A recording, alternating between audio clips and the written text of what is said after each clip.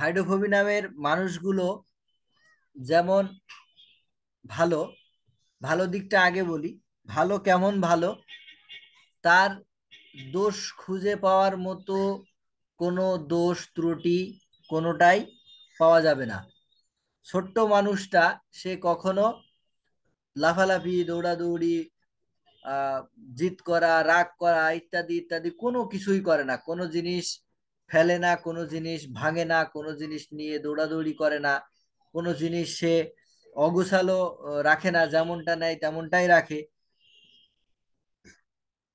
ছোট্ট একটা মানুষ, যার এত কিছু বুঝার কথা ছিল না, সেই মানুষটা কিন্তু অত সুন্দরভাবে সে কাজগুলো করে যাচ্ছে। যদি তাকে নিষেধ করা হয় যে এই কাজটা করো না, সে কিন্তু তৎক্ষণাৎ ওই কাজটা বাদ দিয়ে দিচ্ছে এবং সে আর কখনোই সেই কাজটা করছে না। সে বুঝে যাচ্ছে। যেমন এই সমস্ত বাচ্চাগুলো নিয়ে মা বাবারা গর্ব করে, আমার সোনা বাবু, আমার সোনা বাচ্চা, কত সুন্দর আমার বাচ্চা, কত ভালো, কোনো যন্ত্রণা করে না, কোনো জ্বালাই না, কোনো লাফালাফি করে না, কোনো কিছু ভাঙে না, কোনো কিছু আম, ফেলে দেয় না, কোনো কিছু অগোছালো রাখে না, কাউকে কোনো কষ্ট দেয় না। তো এইরকম একটা ভালো বাচ্চা সকলের প্রশংসা কুড়ায়। সকলের প্রশংসা কুড়ানোর মতো বাচ্চা পৃথিবীতে একটা বাচ্চাই হয়, পজিটিভ হাইড্রোফোবি নাম। পজিটিভ হাইড্রোফোবি নামের বাচ্চারা, পজিটিভ হাইড্রোফোবি নামের বাচ্চারা সব সময় প্রত্যেকের কাছে শুধুমাত্র শুধু প্রশংসা কুড়ায়। প্রশংসা আর প্রশংসা, কখনো কেউ তার দিকে আঙুল তুলতে পারে না সে এইটা ভুল করেছে, ওইটা নষ্ট করেছে, ওইটা আহ, খারাপ করেছে ইত্যাদি ধরনের কোনো অভিযোগ তার দিকে ওঠে না। এমনকি তার পড়াশুনোর কথা বলা লাগে না। সে নিজের ইচ্ছা মতো সুন্দর মতো পড়াশুনো করে, নিজের কাজ নিজে কমপ্লিট করে, নিজের বই খাতা গুছিয়ে রাখে, নিজের আহ সবকিছু সুন্দর পরিপাটি করে রাখে। কাউকে সে কথা বলার কোনো সুযোগ দেয় না নিজের দিকে। তেমনি ভাবে নেগেটিভ হাইড্রোফোবি নাম, সে কারো কাছ থেকে কখনো ভালো কিছু শোনে না। সে শুধু খারাপ কথা শোনে, সে শুধু বকা শোনে। সে পড়াশুনো করে না, সে মারামারি করে, সে মানে প্রত্যেকটা জায়গায়, যত জায়গায় ঝামেলা আছে প্রত্যেকটা জায়গায় সে প্রস্তুত। বকা ছাড়া সে একটা মুহূর্ত থাকতে পারে না, একটা মুহূর্ত স্থির থাকে না। বাড়ির লোক, প্রত্যেকটা মানুষ, বাড়ির প্রত্যেকটা মানুষ ওই নেগেটিভ হাইড্রোফোবি নামের বাচ্চার উপরে অতিষ্ঠ হয়ে পড়ে। তো আমরা যখন পজিটিভ এবং নেগেটিভ হাইড্রোফোবি নাম দেখব, তখন আমরা বুঝে যাব যে এই মানুষগুলো কতটা বিপরীতমুখী, কতটা বিপরীতমুখী। মুদ্রার এপিটোপিট বলার একটা মাত্র কারণ, যে সম্পূর্ণ বিপরীতমুখী। পজিটিভ হাইড্রোফোবি নাম যতটা ভালো, নেগেটিভ হাইড্রোফোবি নাম ততটাই খারাপ। এই মানুষগুলোর যদি বলা হয় যে ছোটবেলায় কি স্বপ্ন ছিল, বড় হয়ে কি হবেন, তাহলে এরা কোনো একটা পেশার কথা বলতে পারে অথবা নাও বলতে পারে। যদি কোনো একটা পেশার কথা বলে দেয়, তো তখন আমরা জিজ্ঞেস করি যে এই পেশায় আসার চিন্তা মাথায় কিভাবে আসলো। তখন আমাদের বিভিন্ন মেডিসিনের ফিলোসফি বিভিন্ন ব্যাখ্যা দিয়ে থাকবে, কিন্তু হাইড্রোফোবি নামের ফিলোসফি এমন যে এই মানুষটা ব্যাখ্যা দেবে যে তার অমুক প্রিয়জন সে বলেছিল যে তোমাকে এটা হতে হবে, তাই সে জীবন মরণ লড়াই করে যাচ্ছে সেইটা হওয়ার জন্য। তার এখানে নিজস্ব কোনো যুক্তি বুদ্ধি কিছুই নেই, শুধুমাত্র একজনের ইচ্ছা পূরণ। ইচ্ছা পূরণটা কেমন? সে তাকে বেশি পছন্দ করত, সেই পছন্দের মানুষটার ইচ্ছা পূরণ করার জন্যই সে তার সেই ইচ্ছাটাকে নিজের অ্যাম্বিশন হিসাবে গ্রহণ করেছে, এবং সেটা হওয়ার জন্য, সেই অ্যাম্বিশন পূরণ করার জন্য সে যুদ্ধ করে চলেছে, কাজ করে চলেছে।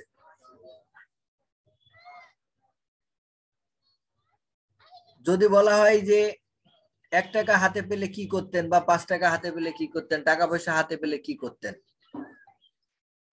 তখন দেখা যায় এই মানুষগুলো কি বলছে, যে টাকা পয়সা হাতে পেলে কিছু কিনতাম বা জমাতাম, পরবর্তীতে ফ্যামিলির প্রয়োজনে দিয়ে দিতাম। যদি কিছু কিনতাম বলে, তাহলে কেনা জিনিস দিয়ে কি করতেন? কেনা জিনিস যদি খাবার হয়, তাহলে কি একা একা খেয়ে ফেলতেন? এর উত্তর হবে যে না, কিনে নিয়ে বাড়ি চলে আসতাম, সবাই মিলে ভাগ করে খেতাম। তখন প্রশ্ন করতে হয়, কিনে নিয়ে যে বাড়িতে আসলেন, বাড়িতে আসার পরে কার কাছে দিয়েছিলেন?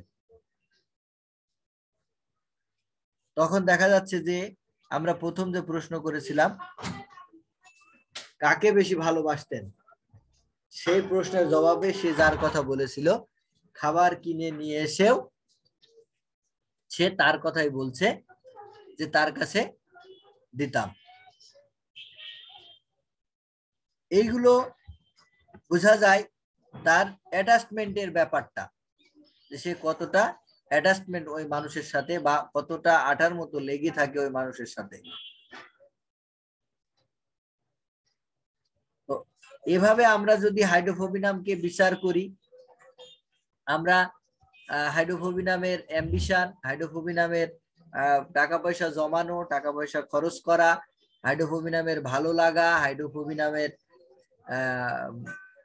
ভালোবাসার মানুষ, পছন্দের মানুষ, এগুলো যদি বিচার করি, এভাবে যদি আমরা সুন্দরভাবে রোগীর কাছ থেকে তথ্য নিতে পারি, তাহলে সেকেন্ড সাইকেলে আমরা হাইড্রোফোবিনামকে নির্দ্বিধায় নির্বাচন করতে পারবো।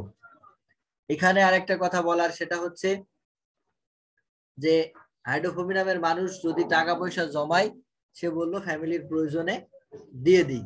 ফ্যামিলির প্রয়োজনে দিয়ে দেওয়ার থেকে যদি তার পছন্দের মানুষ ওই মুহূর্তে বেশি দরকারি মনে করে, তাহলে অবশ্যই পছন্দের মানুষকে দেবে।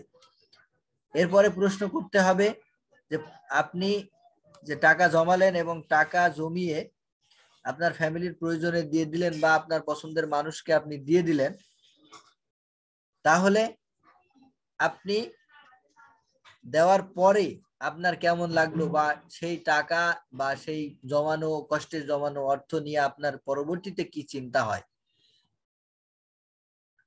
তখন হয়তো সেই মানুষটার উত্তর আসবে, যদি সত্যি সে হাইড্রোফোবিনামের ভিতরে থেকে থাকে, তাহলে উত্তর আসবে না, ওইটা নিয়ে আমি আর ভাবি না, আমি জমিয়েছিলাম ফ্যামিলির প্রয়োজনে, বা জমিয়েছিলাম অমুকের প্রয়োজনে, সে যখন দরকার মনে করেছে, যখন চেয়েছে, তখন আমি তাকে দিয়েছি।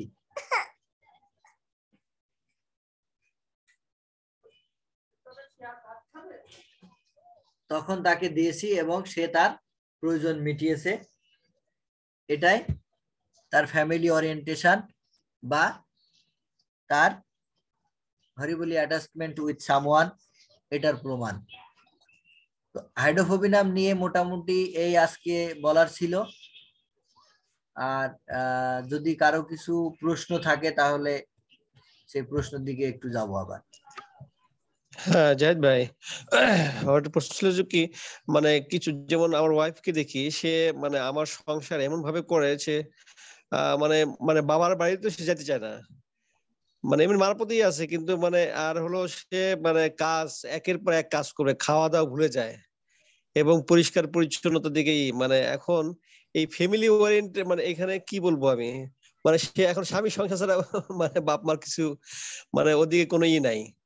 তো এটাকে আমি কি বলবো, এর পেছনে ব্যাখ্যা কি তার? ব্যাখ্যা মানে সংসার সে মানে মানে সংসারের কাজ বা সংসারই এটাই খুব মানে মানে এটাকে আপন মনে করে, এবং টাকা পয়সা মানে টাকা পয়সা ব্যাপার জমা ব্যাপারে খুব ই হয়, টাকা পয়সা জমার ব্যাপারে খুব আগ্রহী হয়। তো এখানে কি হরিবল অ্যাটাচ করা যাবে যে মানে সংসারের প্রতি তার খুব বেশি খেয়াল, সংসারের কাজ বাজ ইত্যাদি? দেখেন, এটা প্রথম থেকে ধরতে হবে, প্রথম থেকে মিলাতে মিলাতে আসতে হবে। যদি আপনি মাঝখানে হুট করে মিলাতে যান তাহলে এটা হেফাজত হয়ে যাবে। আহ, আহ, তো আসলে এই মানে এজন্য এমনি সংসারের এর একটা ব্যাখ্যা হ্যাঁ। নিতে হবে, তার কাছ থেকে একটা ব্যাখ্যা নিতে হবে যে আসলে হুম। তিনি এমন কেন করেন। তিনি তো বলছেন মাকে বেশি ভালোবাসতেন বা অন্যকে, বা প্রথমে এমনি মানে আমার শাশুড়ি বলে যে তুই এত সংসারিক কাজ শিখলি কোত্থেকে, এখন সংসার ছাড়া কিছুই বুঝিস না, আমাদেরও মানে আমাদেরকে ভুলে যাইস, এরকম বলে আর কি। শাশুড়িকে। মানে মানে আগে ছোটবেলায় এরকম ছিল না, কিন্তু এই সংসারে বিয়ে হওয়ার পর থেকে সে সংসার ছাড়া কিছু বোঝে না।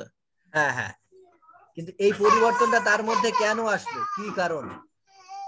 আহ কি কারণ তো আমিও বুঝতে পারতেছি না। এখন সে ওই ওই মানে যখন কোনো কাজ করে মানে খাওয়া দাওয়া মানে ছেড়ে দেয়, এবং পরিষ্কার পরিচ্ছন্নতা সব সবসময় মানে কাজের পর থাকে, এবং সংসার নিয়ে খুব ভাবে, এবং মোটামুটি সংসারের কাজ বাজ ইত্যাদি, এবং টাকা পয়সা জমার ব্যাপারে খুবই সিরিয়াস, মানে মানে সহজে টাকা ভাঙতে চায় না।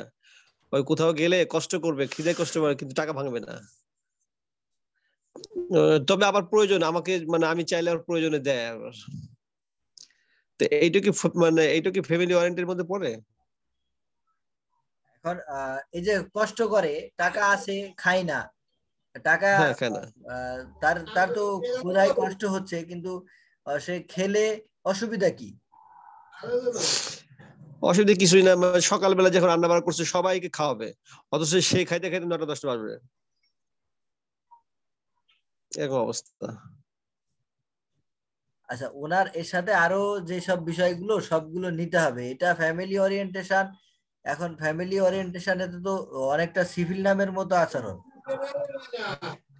মানে এটা কি মানসিক রোগ, মানে মানসিক রোগের মধ্যে পড়ে কিনা, যে শুধু মানে দেখা যাচ্ছে যে নিজের প্রয়োজন বুঝতেছে না, এবং একটা পর একটি মানে এটা কি মানসিক মানে মানসিক কোন রোগের মধ্যে পড়ে, নিজের সুখ দুঃখ বুঝতেছে না? না, না, না, এটা মানসিক রোগ না। মানে হচ্ছে নিজের সর্বোচ্চটা দিয়ে আহ, হুম। পরিবারের অন্য সদস্যদেরকে ভালো রাখা। হ্যাঁ, হ্যাঁ, হ্যাঁ। তাতে তাতে তাতে কি লাভ আছে বা লাভ নেই, এইগুলো আহ, হিসাব রাখতে হবে। তবে এইদিকে ড্রোসের দিকে যায় নাকি, মানে ওর আবার আবার টিভি ছিল, এই দিক দিয়ে একটা বংশ ইতিহাসে ইয়ে আছে। তো সেদিকে কি মানে ফ্যামিলি নিজের নিজে খাবে না, অপরকে খাওয়াবে বা ই করবে, এইদিকে ইয়ে আছে। ছোটবেলার ফ্যামিলি ওরিয়েন্টেশনটা কেমন ছিল? ছোটবেলায় মা বাবার প্রতি ভালোই ছিল, মানে মাকে সে ফিল করে, মানে মাকে কাউকে ফোন দিলে মাকেই দেয়, এরকম একটা ইয়ে আছে এখনো, মার খোঁজ খবরটা নেয় বেশি। কেমন একটা মানে একটু উল্টো পাল্টা তথ্য মতো হয়ে যাচ্ছে, বুঝলেন সিরাজ আচ্ছা ভাই? ঠিক আছে, তাহলে পরে আমি একসময় আমি একটু গুছিয়ে নিয়ে তারপর আবার বলবো। হ্যাঁ, হ্যাঁ, পরে একটু ঠিক গুছিয়ে আছে। নিয়ে বলবেন। আর প্রয়োজন হলে আপনি একটু ফোনে কথা বলিয়ে দেবেন। তারপরে হ্যাঁ, এটা তাই করব। ওই বিষয়টা সম্পূর্ণ ক্লিয়ার হওয়ার পরে আমরা ক্লাসে আবার আলোচনা করে নেবো, হ্যাঁ। জি যেহেতু আজকে ইনশাআল্লাহ, আপনি দেখি ক্লাসে সামনের সপ্তাহে আলোচনা ইনশাআল্লাহ। তুললেন, সবাই জানতে চাইবে। হ্যাঁ, তো সেই জন্য হ্যাঁ, ঠিক ঠিক। বিষয়টা তখন আপনি আবার তুলবেন। জি জি। জি। স্যার ধন্যবাদ। হ্যাঁ, বাবুল আক্তার সাহেব। স্যার আমার ওষুধ পাইতেছি না, এই যে আরেকজন ডাক্তারের কাছে আমি লজ্জায় পড়ে যাচ্ছি স্যার। আচ্ছা, পেয়ে যাবেন, পেয়ে যাবেন, আপনার ওষুধ ছেড়ে দেওয়া হয়েছে অলরেডি, অনেকটা দূরই চলে গেছে, কাছাকাছি প্রায় আপনার কাছে। সমস্যা নেই। মানে উনি আজকেও আসছিল। আর কেউ কিছু বলবেন?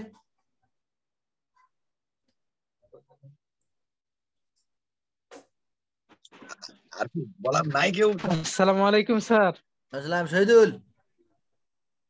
স্যার ভালো আছেন? আলহামদুলিল্লাহ, বলো। স্যার এই যে এখন যে ঠান্ডা লাগতেছে, ঠান্ডা ছাড়তেছে না, বাচ্চাদের বারবার ঘুরে আসে। আর একটা বললেন যে ওই যাদের যক্ষার ইতিহাস আছে তাদের কিন্তু মানে হাইড্রোফোনিয়াম দিয়েও কাজ হচ্ছে না, মানে কাশি কাশি আছে, অনেক সময় বিরক্ত হয়ে ইনহেলার বা অন্য মানে ঠান্ডা কাশির মোনাস যে ওষুধগুলো আছে এগুলো খাচ্ছে আর কি। এই পর্যায়ে রুগীরা অবশ্য বিরক্ত হয়ে খায়, যেহেতু কাশি একটু বিরক্ত করে একটা মানে ডিজিজ, ওই হিসেবে খাচ্ছে। এই মুহূর্তে কি করা যায়? কাশির জন্য অন্য কোনো বিকল্প কোনো ব্যবস্থা আছে? এখন তুমি হচ্ছে যেটা করবে সেটা হচ্ছে তোমার প্রথমে প্রথম সাইকেলটা করতে হবে, না হলে সেকেন্ড সাইকেল করতে হবে, সেকেন্ড সাইকেলে না গেলে আমাদের 4 নম্বর সাইকেলে চলে যেতে হবে। হ্যাঁ, এইভাবে করে দ্রুততম সময়ের মধ্যে তোমাকে একটা কাভারেজ দিতে হবে। এই গত শুক্রবারে একটা কেসের কথা আমি বলি। বাচ্চাকে হাইড্রোফোবিনাম সিএম দেওয়া হয়েছিল কাশির জন্য, তো কাশি কমে নাই। তারপরে আমার চেম্বারে নিয়ে আসলো, নিয়ে আসার পরে আমি কি করলাম, তাকে 15 দিলাম। 15 দেওয়ার পরেও কমলো না, কাশি একই রকম চলছে। তারপরে কি করলাম, সরিনাম সিএম দিলাম।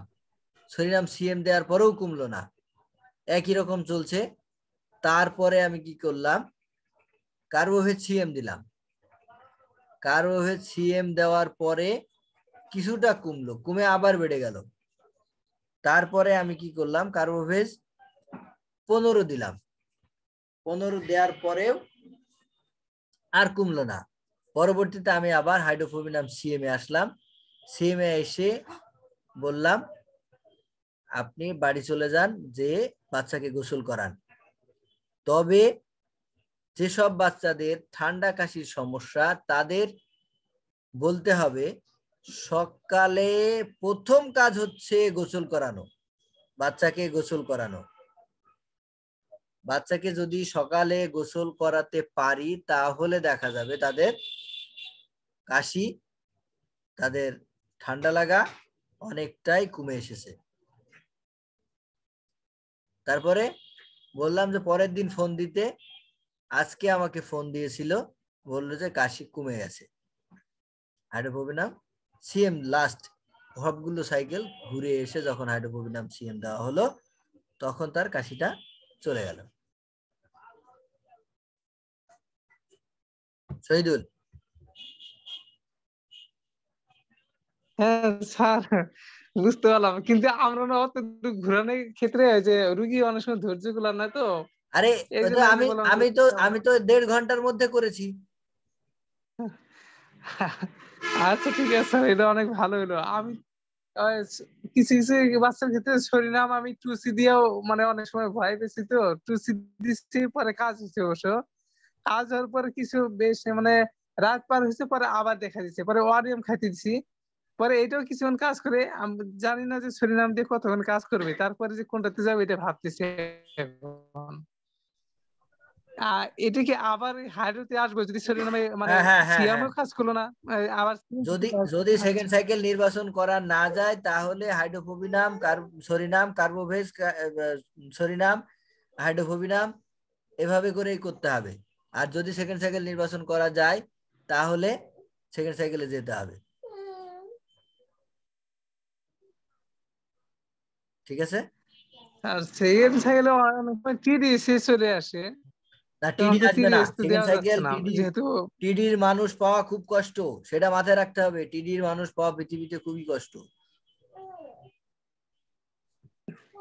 স্যার আমি আজকে একটু দিলাম সাইকোটিক এবং টিডিএস সেম সেম মানে কাছাকাছি আর কি, দুইটাই আছে আমার, মানে কসমোপলিটনও আবার ফ্যামিলি ওরিয়েন্টেড মানে এরকম আর কি। এখন বাছাই করাটা খুব কঠিন হলো, তো সেকেন্ড সাইকেলে সাইকোটিক দিয়ে থার্ড সাইকেলে টিডিএস দিয়ে দিলাম। এটা কি সম্ভব, মানে এটা কি হয় কখনো? না, এরকম হবে না, যে কোনো একটা হবে। তোমার বুঝতে ভুল হচ্ছিল, প্রশ্নগুলো ঠিকঠাক করবে, ঠিকঠাক ভাবে উত্তরগুলো অ্যানালাইসিস করবে, করলে দেখবে যে তুমি বলো তো তোমার কিভাবে মনে হচ্ছিল যে তার মধ্যে টিডি বেশি আছে? স্যার টিরি হলো সে নিজে না খেয়ে মানুষকে দিতে বেশি পছন্দ করে, ঘুরতে খুবই পছন্দ করে, আর কসমোপলিটনে আমি এই দুইটা বেশি দেখলাম। আবার দেখলাম যে ফ্যামিলি ওরিয়েন্টেড মানে নিজেকে নিয়েও ভাবে, পরিবারকে নিয়ে বেশি ভাবে। এমনকি আমি দেখলাম পুরোপুরি উনি ম্যাডোরি নামের রোগী, মানে যদি মেডিসিনের সদৃশ্যে আমি দেখি পুরোপুরি ম্যাডোরি নামে যে আচ্ছা, সিমটম গুলো আছে তুমি এটাতে তুমি তখন জিজ্ঞেস করনি যে আপনি যে বললেন যে আপনি মানুষকে খাওয়াতে আপনার ভালো লাগে, আপনার পছন্দ, মানুষকে খাওয়াতে পারলে ভালো লাগে, তাতে লাভ কি? আপনার লাভ কি? মানুষকে খাইয়ে লাভ কি আপনার? লাভ যে লাভ যে কি এটা জান না, কয় যে আমার খাওয়াতে ভালো লাগে এটাই আর কি, আর ঘুরতেও পছন্দ হয়, এটাই আমার বেশি হ্যাঁ, ভালো লাগে। এবার আর ঘুরতে নতুন নতুন পছন্দ জায়গায় করেন, ঘুরতে পছন্দ হয়। ঘুরতে ঘুরতে পছন্দ করেন, ঘুরার উদ্দেশ্য কি? মানে শুধু ভালো লাগা নাকি অন্য কিছু? হ্যাঁ স্যার, ভালো লাগাটাই বেশি হ্যাঁ, বললো আর যদি কি। ভালো এটা লাগা হয় তাহলে বলছিলাম যে আপনি কেন ঘুরে আচ্ছা, যদি ভালো লাগা হয় তাহলে তোমার টিউবারকুলার ডায়াথেসিসের মধ্যে পড়বে না। টিউবারকুলার ডায়াথেসিসের মানুষরা ঘোরে ভালো লাগার জন্য না, জানার জন্য, দেখার জন্য, বোঝার জন্য যে এই এলাকার মানুষ কত কষ্টে আছে, কত যন্ত্রণায় আছে আমাদের তুলনায়, তাদের জন্য আমি কিভাবে হেল্প করতে পারবো সেই চিন্তায়। ও ঠিক আছে স্যার, তাহলে আসলে সাইকোটিক হওয়ার সম্ভাবনা আছে। এবার তুমি সাইকোটিক সাইট গুলো হিসাব করে দেখো যে সে সাইকোটিকের মধ্যে পড়বে নাকি সিভিলিনামের মধ্যে যাবে। হ্যাঁ, জি স্যার, তার তার রোগ জি স্যার, তার রোগগুলো অবশ্য সাইকোটিকের মধ্যে পড়ে, তো অনেক কিছু রোগ দেখলাম ওইরকমই এইভাবে হয়। চিন্তা করবে না কখনো, রোগগুলো নিয়ে কখনো চিন্তা করবে না, চিন্তা করবে ফিলোসফি নিয়ে। এটা কিন্তু আমাদের একটা বড় ভুল যে আমরা রোগ নিয়ে চিন্তা করি, রোগ নিয়ে চিন্তা করলেই কিন্তু বিপদ। স্যার তাহলে কি একই রোগের মানে দুই মাস কি পরে, ধরেন মানে প্রস্রাবের জ্বালা পোড়া, দেখো, এটা কি সবগুলো দিয়ে সবগুলো হতে পারে, সবগুলো সিভিলিটির হতে পারে? সবগুলো মায়াজম আমাদের মধ্যে বিদ্যমান, হ্যাঁ, সবগুলো মায়াজম। আচ্ছা ঠিক আছে কম স্যার। বেশি কোনোটা থাকবেই, সেটা স্বাভাবিক।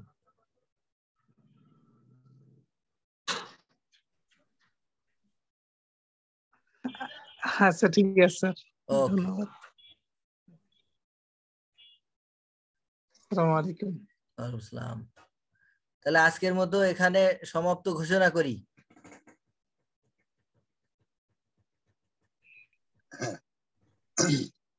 হ্যালো স্যার, বলেন। পোস্ট ট্রমা সিনড্রোম স্যার, জি, কার্বোভেজে ভালো আছে 200 পর্যন্ত। হ্যাঁ, সিএম থেকে আপনার 200 200 এ ভালো আছে।